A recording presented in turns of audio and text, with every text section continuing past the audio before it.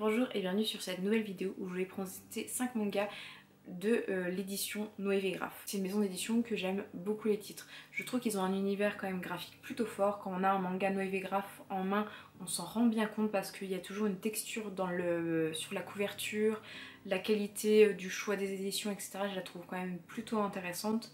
Ils ont deux styles d'édition, ils ont les mangas normaux qu'on va acheter à un certain prix et ils ont aussi les mangas XS. Je vais vous en montrer un.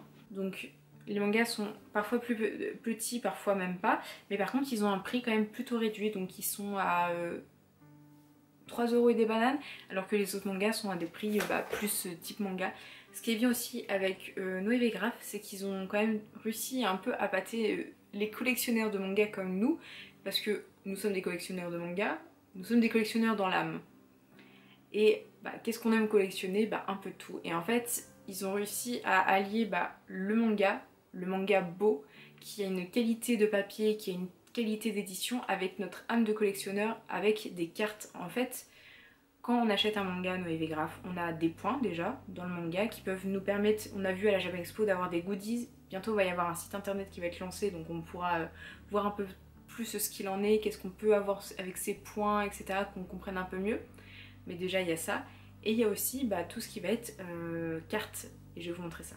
Donc je les ai mis dans un classeur Pokémon, mais en fait, j'ai mis mes points ici que je garde.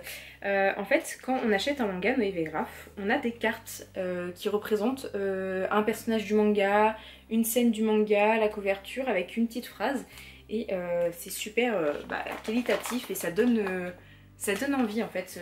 Toujours plus de collection et de plaisir derrière. Et je trouve que c'est très très bien joué de leur part parce qu'on a un manga, on a une super carte avec nos personnages préférés, avec une phrase qui représente le personnage, qui représente le manga, etc. toujours en plus, qui est toujours très appréciable. Alors j'ai plusieurs mangas chez Noévégraphe et je vous en présentais 5 que j'aime vraiment énormément, d'un amour intense. Tout d'abord A Tale Tale, un manga de Mizu Sahara. Dans ce manga, on va suivre l'histoire de Nachi et Utsumi. Alors, ce sont deux collégiens, donc Nachi et Utsumi sont dans une école et Nachi a un souci au niveau de sa personnalité, de sa différence. En fait, elle se trouve très différente des autres. Elle est toute blanche, elle bronze pas comme les autres. En plus, il y a un garçon qui lui a fait une déclaration. Elle a dit non. Toutes ses copines ne comprennent pas pourquoi elle a dit non alors que c'est un garçon qui est soi-disant super. Et en fait, elle se trouve différente déjà physiquement, mais aussi mentalement. Elle a une sorte de décalage par rapport aux autres et pourtant elle a envie de s'intégrer avec toutes ces personnes. Elle a envie de faire partie de leur univers.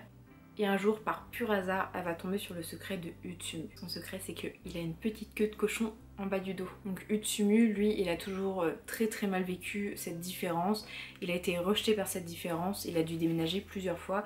Et en fait, il va être très étonné et apostrophé en fait du comportement de Nachi qui va être plus curieuse qu'autre chose. A Tale Tale, c'est un manga que j'aime énormément. Donc déjà, toujours une qualité chez Noévégraphe, le papier est un petit peu grainé. Donc avec une couverture quand même qui est plutôt jolie. Ensuite les dessins, je les trouve quand même plutôt beaux, plutôt simplistes, mais en même temps je trouve que les émotions sont très bien retranscrites, donc ça donne bien un ton au manga. Actuellement il y a 2 tomes qui sont sortis, donc j'ai les 2 et j'aime énormément. Dans ce manga, ce que j'ai aimé, donc il y a l'histoire au niveau de la différence, tout ça, mais ce que j'ai aimé c'était la personnalité et la psychologie des deux personnages. On a Nachi qui est quand même une fille très différente des autres, qui se trouve en décalage et qui ne veut pas être en décalage, et au final elle va tout faire en décalage par rapport aux autres. Elle va accepter Utsumi, elle va avoir quand même cette vision sur la différence physique des uns des autres quand même plutôt particulière, parce qu'on rappelle c'est une collégienne, donc au final elle est très ouverte d'esprit pour une collégienne. Et on a également Utsumi qui lui a toujours été confronté à la différence, qui a une réelle différence physique par rapport aux autres, qui a dû fuir les gens, qui a du coup une vision très basse de lui-même et de tout en fait.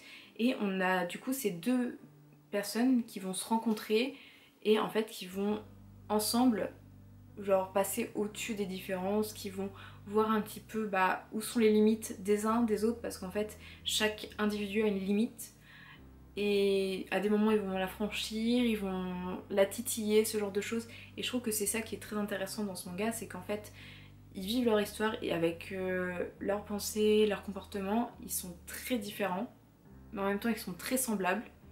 et ils arrivent en fait à cohabiter ensemble sur une ligne un peu fluctuante et c'est ça que j'aime énormément dans ce manga, c'est vraiment, j'aime énormément. Je trouve qu'il y a une qualité narrative qui est quand même super intéressante et que j'aime énormément. Donc ensuite je vais vous présenter Veil.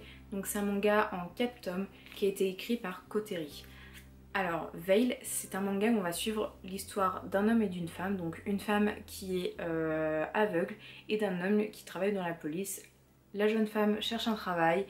L'homme va l'aider à trouver un travail. On n'a pas vraiment le nom et en tout cas je l'ai pas vu et je ne veux pas l'avoir. Ça ne me gêne pas parce qu'on m'a dit plus tard que s'ils avaient un prénom, mais ça ne me gêne pas qu'il n'en ait pas. Je ne suis pas contre du tout. Et en fait, du coup, ces deux individus vont vivre un quotidien ensemble parce qu'ils vont habiter l'un à côté de l'autre dans la caserne et ils vont faire plein de choses ensemble. Et en fait, on va voir leur quotidien. Dit comme ça, c'est plutôt simple. Il se passe pas grand chose. Mais en fait, ce manga, déjà, il est entre... Je trouve que c'est entre un manga et un artbook. Vraiment, il a une qualité de dessin. Donc, alors... Déjà, tout est en couleur. Donc, on a régulièrement, du coup, les photos. On a aussi régulièrement de grandes images, on a quelquefois des textes, etc. Donc le papier c'est pareil, il a un petit peu un aspect grainé avec une dorure. Donc déjà juste c'est magnifique. Donc en tant qu'objet c'est un très beau objet. En tant que manga je trouve que la qualité narrative se fait dans le dialogue. Parce que c'est des dialogues où on va échanger mais aussi dans le dialogue en fait du toucher. En fait, je trouve qu'il y a beaucoup de langage non verbal et c'est rare de trouver un manga où on lit le langage non verbal. Je sais pas si vous allez comprendre ce que je veux dire. C'est que quand tu lis ce manga de Koteri, tu lis le texte, tu regardes les images comme dans d'autres mangas et en fait, sauf que tu interprètes les images. Tu lis les images en fait. Et je trouvais que c'était très très intéressant parce que c'est rare qu'on a autant de qualité narrative sur et de langage non verbal. En fait, il y a plein de choses qui sont dites, non dites dans ce manga que je trouve juste incroyable. Je trouve que dans ce manga, on est dans l'attente. Quand on le lit, on ressent quand même des choses. Enfin, pour moi, quand je lis Veil, je ressens des choses. Je suis dans l'attente. J'attends un geste, un regard, une parole. Quand on lit Veil, on ressent des émotions, on ne comprend même pas pourquoi. Ils sont là, ils sont proches physiquement, ils sont proches mentalement, mais au final, ils ne s'atteignent pas en fait. Genre, il y a quand même un fossé. Et c'est ça que j'aime énormément dans Veil et que je conseille vraiment grandement à des personnes qui veulent avoir des mangas plus poussés que juste lire un manga basique. Veil, je trouve qu'à lire, c'est un petit peu une expérience. Vraiment, genre, j'en fais un gros tas, mais en fait, j'ai découvert il y a peu de temps vraiment, mais j'ai énormément aimé, j'ai eu un gros coup de cœur. Ensuite, je vais vous présenter Scum Witch de Mengo Yokoyari. Ah, je vais lire parce que sinon, je vais jamais réussir à le prononcer. Ensuite, Scum Witch, on va suivre l'histoire de Mugi et Hanabi. En fait, ce sont deux lycéens qui sont en couple. Un couple quand même plutôt apprécié parce que ce sont deux personnes qui sont quand même plutôt appréciées dans le lycée, un petit peu populaires, un petit peu beaux gosses comme on dit, et qui sont ensemble. Sauf qu'en fait, c'est pas un couple comme les autres. Tout le monde les idéalise, les envie, alors qu'en fait, eux, ils sont en couple un petit peu par dépit. En fait, chacun des personnages est amoureux d'une autre personne, et ils ont décidé en fait de se réconforter ensemble, en se mettant en couple, tout en étant toujours amoureux des autres personnes. Tous les deux en ont conscience, mais ils sont en couple, ils vont sortir en couple, ils vont faire des activités, etc. Mais ils ont tous les deux confiance qu'en fait ils ne s'aiment pas. Ce manga, à l'origine, quand j'ai commencé à lire et que je me suis rendu compte du speech, du scénario, je me suis dit super, en fait encore un manga où en fait les deux personnages sont amoureux de chacun d'une autre personne, où ils vont se mettre ensemble et au final il y en a un des deux qui est amoureux d'une et pas de l'autre. Enfin, je me suis dit que ça allait être un manga plutôt niais, etc. Mais je me suis dit, voilà, bon, tu continues de lire, tu vas voir. Et en fait, non. C'est un manga où j'ai été très étonnée. En fait, c'est un manga où on va suivre du coup un couple, mais qui vont vivre des choses de couple, qui vont s'embrasser, qui vont aller plus loin, etc. Mais ils sont tous les deux amoureux de deux autres personnes, mais pourtant ils s'apprécient, mais sans aller jusqu'à l'amour. Et en fait, il y a toute cette ambiguïté, cette ambivalence où on suit un couple amoureux d'autres personnes.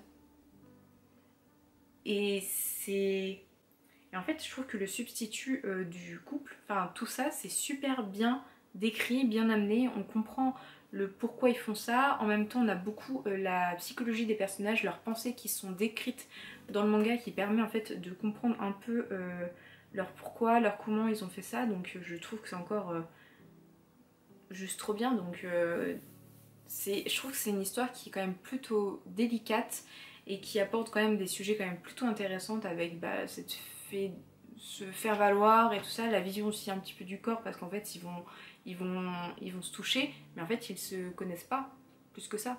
Je trouve que c'est quand même plutôt intéressant. Je vois que mon appareil est en surchauffe donc il peut s'arrêter à tout moment, donc à tout moment quand je reprends la vidéo je n'ai plus cette coupe de cheveux, je n'ai plus les cheveux mouillés, ils seront peut-être devenus secs du coup. Ensuite le prochain manga que je voulais présenter c'est Mobuko no Ko. Alors là c'est un gros coup de cœur qui fait plaisir à lire. Je n'ai que le premier tome, donc il y a 2 tomes, il faut que je lise le deuxième, donc c'est Mobuko no Ko de Akane Tamura. Donc en fait on va suivre l'histoire de Nobuko qui est quand même une jeune fille très timide qui va travailler dans une épicerie où elle va rencontrer du coup un autre collègue et en fait elle va tomber sur le charme de son collègue, sauf qu'en fait c'est une histoire avec 2 adultes qui travaillent, qui sont très timides et on a une jeune fille quand même très timide qui n'a pas l'habitude, qui pour elle en fait est un petit peu le personnage qu'on ne remarque pas en fait. Elle se dit moi je suis le second personnage, je ne suis pas le premier rôle et en fait on va suivre l'histoire de cette jeune fille qui a pas vraiment confiance en elle, qui a jamais été forcément vers l'autre en premier et qui va devoir faire un peu ses premières étapes et c'est juste trop bien. Mobuko no Ko c'est vraiment un de mes coups de cœur, donc là c'est lisse mais il y a du coup des parties brillantes et il y a du relief. Je voulais quand même le souligner parce que vraiment la qualité du papier du manga est juste géniale. Et en fait j'aime tellement suivre l'histoire de Nobuko. En fait c'est une fille normale qui est discrète, timide et qui sait pas trop comment faire, qui a envie, qui est motivée quand même en même temps.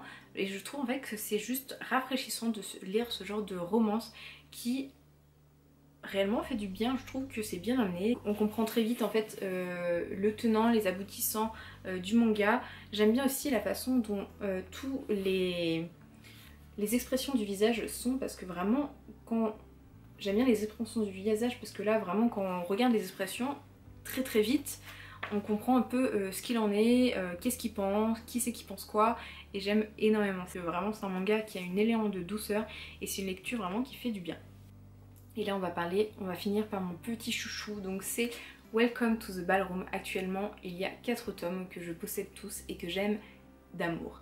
En fait donc c'est Welcome to the Ballroom de Tomo Takeshi et en fait on va suivre l'histoire de Tatara Fujita. En fait c'est un collégien qui a pas vraiment de passion, qui est pas vraiment populaire ni rien, c'est vraiment une personne lambda qui sait pas trop quoi faire de sa vie, qui regarde la télé, sort, rentre chez lui, se fait un petit peu bully par ses camarades et en fait un jour il va se faire un petit peu racketter par quelqu'un et en fait un homme va l'aider et il va l'emmener dans un club de salon parce qu'il pensait qu'il avait regardé une affiche et que il osait pas y aller. Du coup il va découvrir la danse de salon, il va faire un essai, il va dire waouh c'est quand même intéressant, on va lui prêter un DVD et là il va découvrir une passion.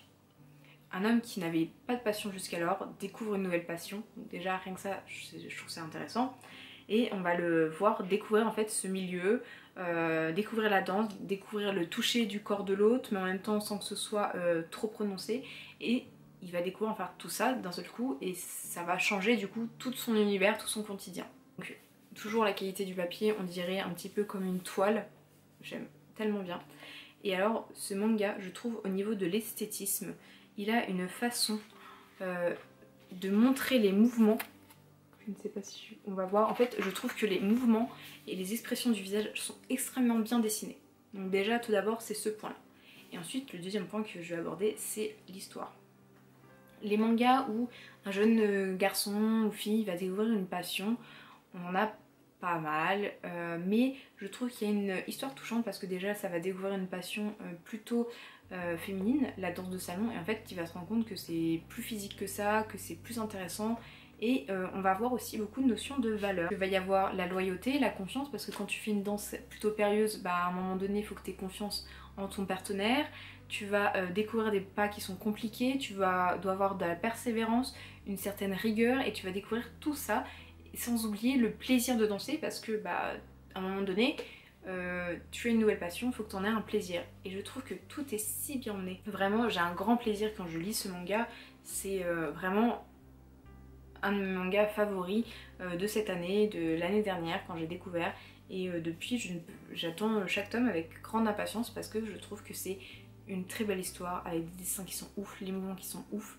Pourtant c'est plutôt simple, il n'y a pas franchement de grande décadence dans l'histoire, mais je trouve que les valeurs emmenées, les plus-values par-ci par-là en font un très très beau manga que je conseille à 1000% si vous voulez un manga un petit peu style manga de sport, manga de danse avec découverte de nouvelles passions, etc. Et un manga qui est aussi beau à regarder. J'étais dégoûtée parce que à la Japan Expo il y avait les tote bags normalement de Welcome to the Ballroom et j'ai pas pu les avoir parce que ils les avaient pas reçus à la Japan Expo, donc je guette le site 1000 fois pour avoir le tote bag parce que j'aime tellement cette œuvre que je veux avoir le tote bag qu'ils pouvaient proposer. Merci d'avoir regardé cette vidéo, donc j'espère que ça a été intéressant. C'est la première fois que je présente autant de mangas sur une vidéo, donc n'hésitez pas à me faire un retour dessus. J'ai voulu commencer avec Noévé Graph et ses œuvres parce que je trouve que c'est des œuvres qui sont très intéressantes, qui ont un plus-value quand même plutôt intéressant à mon sens. Donc voilà, je suis très contente de vous présenter, donc n'hésitez pas à me dire si vous connaissez ces œuvres, si vous avez déjà lu et qu'est-ce que vous en pensez. Personnellement, comme vous avez vu, c'est des œuvres que j'aime l'histoire, j'aime l'image, j'aime ce que Noévé Graph fait autour parce que je trouve qu'il y a une qualité... Quand je prends un manga Noévé Graph en main, que je retire le petit plastique, que j'ai ma petite carte que je range et que j'ai le manga en main, je trouve que j'ai un beau manga en main et c'est très agréable. Donc voilà, n'hésitez pas à me dire ce que vous en pensez, à me lâcher un j'aime, un commentaire et surtout à vous abonner, ça me ferait très très plaisir. Sur ce, je vous souhaite une très bonne journée, prenez soin de vous.